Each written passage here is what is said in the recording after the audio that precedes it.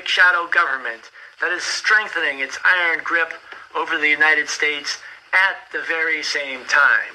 Many of the contractors, whether Elbit Systems or Oracle, who are running the Gaza operation to track people, to destroy local economies, and then to eliminate leaders one by one, are also running sections of the U.S.-Mexican border, training your local police, and running the security cameras at your local shopping center.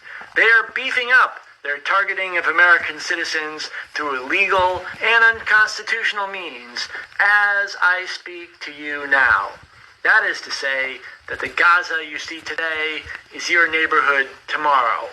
The cutting edge of the cruel sword known as techno-totalitarianism can be found in the Targeted Individuals Program, or TI, run as a classified operation for social control and for the systematic destruction of the freedom, the health, and ultimately the lives of innocent citizens, programs that are run with absolute contempt for our rights as guaranteed by the Constitution.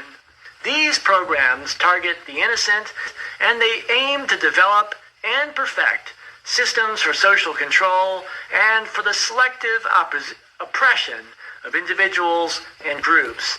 The programs are being ramped up, and they will grow in influence as our country is subject to the imposition of a complete war economy and an effective continuity of government regime that reduces Washington's politicians and bureaucrats on TV to mere figureheads.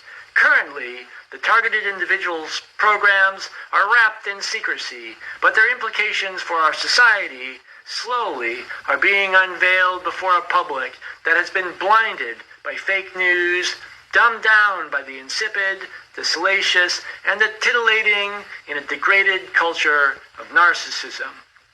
The term targeted individuals has a narrow meaning and a broad meaning. The narrow definition of targeted individuals, TI, refers to citizens who have been placed on classified lists and made targets for the testing of a full spectrum of assaults on their bodies and minds using microwave radiation and other electromagnetic weapons, psychological manipulation, and even nanotechnology and other emerging technologies. The most common form of these attacks, to which I was myself subject in the past, is what is known as Havana Syndrome. The early cases of Havana Syndrome were attributed to the Chinese government in the popular press, but such programs are even more advanced and more aggressive in the United States, Great Britain, and Israel, and they exist elsewhere. In Havana Syndrome operations, the targeted individual is bombarded with microwave radiation of various intensities that cause an acute onset of sound undetected by others, sensations of ticking or ringing in the ears, vibrating pressure to the head, and other symptoms that cause insomnia, inability to concentrate, loss of memory, psychological trauma, and even more serious conditions as the operation continues. Such brutal attacks using electromagnetic radiation degrade coordination and sense of balance because they damage the brain and nervous system, which form an electrical whole. The microwave beams also cause blood clots, burns on the skin, swelling, rashes, tumors, and ulcers. These wounds do not heal, and they lead to serious illnesses and death over a period of months or years. The attacks are not only physical. Targeted individuals have no rights and no recourse. Targeted individuals have nowhere to run in our country. The conservatives or progressives who claim to be fighting for the rights of citizens suddenly fall silent when it comes to targeted individuals. They walk away from anyone who claims to be a subject of these programs. Sadly, although the evidence for such extra-legal, extra-constitutional operations is overwhelming, as far as the comfortable establishment figures are concerned, and even a good number of so-called truth-tellers, this program never happened. Targeted individuals, American citizens whose rights should be guaranteed by the Bill of Rights, are entered into a secret terrorist screening database, TSDB, even though almost none of them have any ties to terrorism. so that they can be designated as non-investigative subjects, NIS. What does it mean to be designated as a non-investigative subject, NIS? An NIS is a person who enjoys none of the basic rights assured to citizens by law, by the Constitution, or by common ethical practice. As soon as you are designated as a non-investigative subject, you are like a prisoner in the Guantanamo Bay detention camp, subject to whatever whims the contractors for the Pentagon, Homeland Security, or the CIA feel like inflicting on you. If you go to a lawyer, the lawyer will refuse to hear your case. My case was refused by 6 lawyers over 15 years, including one who specialized in whistleblower and national security cases. Your friends, family, associates, doctors, police officers, and judges can be and will be served with national security letters, classified directives from Homeland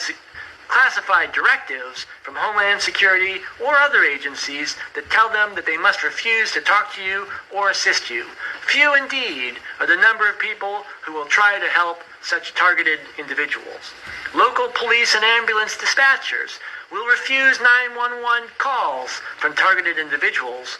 Organizations like the American Civil Liberties Union or Amnesty International that supposedly help citizens with legal and constitutional issues will do nothing to help. Congress recently passed the Reforming Intelligence and Securing America Act, RISA, that includes wording that makes it illegal for a citizen or a police officer or judge who is served with a national security letter to consult with a lawyer about his or her rights. There are 2 types of targeted individuals. Granted, there is some overlap. Some targeted individuals are subject to harassment and attacks on the body using technology such as microwave radiation for political purposes. We're talking about citizens who speak out against corruption, who are whistleblowers, or who are simply honest scientists who refuse to go along with orders for unethical activities. Sometimes, such citizens become targeted individuals simply because they have leadership skills. They identify profound structural problems in a clear and effective manner, or they are simply too articulate and convincing when discussing social and economic issues. There are others who are selected for these programs because of attributes that they have value in these experimental programs for developing new technologies, strategies, and systems to conduct invisible warfare. Such targeted individuals are selected not because of politics, but rather because they are representative of certain segments of the population or have unique neurological, linguistic, or psychological characteristics that make them valuable for research purposes. The data collected from such experiments is invaluable to government agencies, multinational corporations, and above all, security contractors who are developing the next generation of technologies for unconventional warfare and social control. These players combine that data with what was learned previously in the Guantanamo Bay torture programs and other programs under MK Ultra and COINTELPRO dating back to the 1950s, and programs that remain secret to this day.